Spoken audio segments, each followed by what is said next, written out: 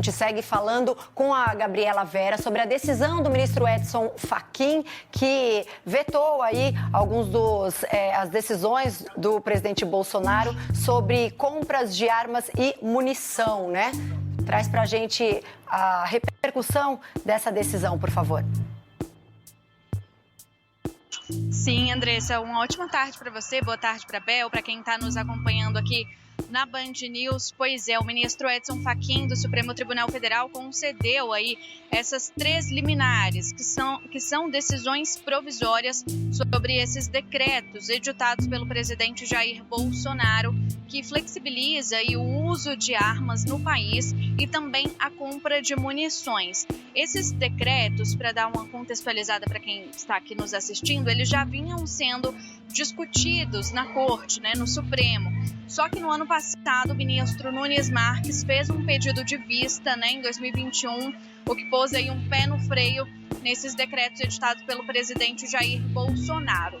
E nessas decisões de hoje, o Fachin determinou o seguinte, que a posse de armas de fogo só pode ser autorizada a pessoas que tenham real necessidade. E a aquisição de armas de fogo de uso restrito só pode ser autorizada no interesse da própria segurança pública ou da defesa nacional, não em razão do interesse pessoal. E ele também fala sobre a compra de munições, que os quantitativos de munições adquiríveis se limitam àquilo que, de forma diligente e proporcional, garanta apenas o necessário à segurança dos cidadãos.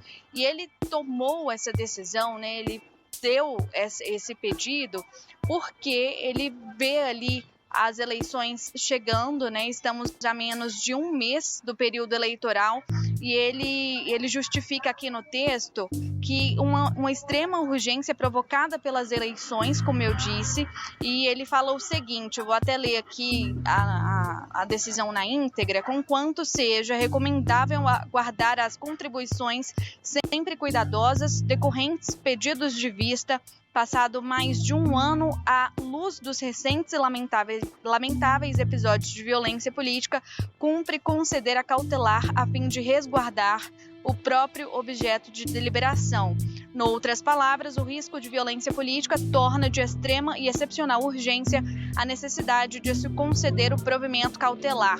E essas decisões, desses decretos editados pelo presidente Jair Bolsonaro, eles têm tido muita repercussão, porque os ministros da Corte até falaram, quando esse julgamento estava acontecendo no ano passado, com relação à comprovação de que a circulação maior de armas traz aí uma aceleração da falta de segurança privada. Então, o ministro Edson Fachin tomou essa decisão, são decisões provisórias, o restante da Corte vai ter que analisar ainda, e a gente segue monitorando mais essa decisão do Supremo Tribunal Federal com relação a esse assunto quente, que é com relação a esse assunto de armamento e também de munições para civis. Andressa.